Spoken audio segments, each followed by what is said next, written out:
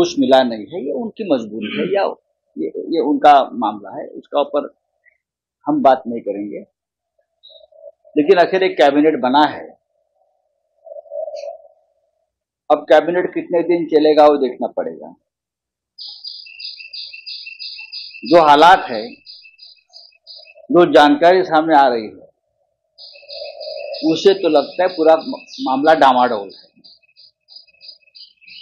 नरेंद्र मोदी जी को तीसरी कसम देनी थी, एक रिकॉर्ड, एक विक्रम प्रस्थापित करना था, वो कर लिया बस।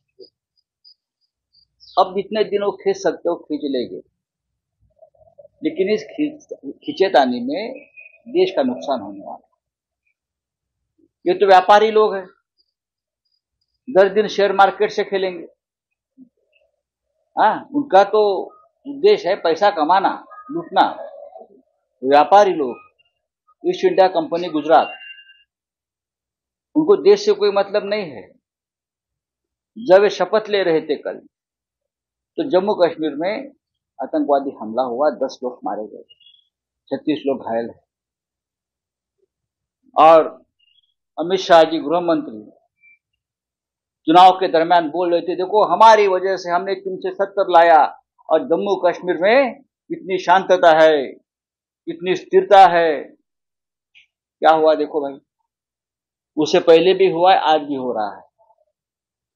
आपको जम्मू कश्मीर की चिंता नहीं, आपको मणिपुर की चिंता नहीं, बेरोजगार महंगाई के बारे में आपके पास कोई योजना नहीं। बस सरकार बनानी है, शेयर मार्केट की तरफ, शेयर मार्केट चलाना है, स्टॉक एक्सचेंज चलाना है, व्यापारियों को, उद्योगपतियों को मदद करना है। यही आपका एजेंडा है और कुछ नहीं। और जो बंदरवाट जो आपके साथ आए हैं सपोर्ट के लिए, उनको बांटना है। जनता का पैसा है, लूट सके तो लूटो, यही चल रहा है बस, और कुछ नहीं। शिंदे गटाला एकच राज्यमंत्रीपद आणि काल नरेंद्र मोदी यांनी शपथ घेतली।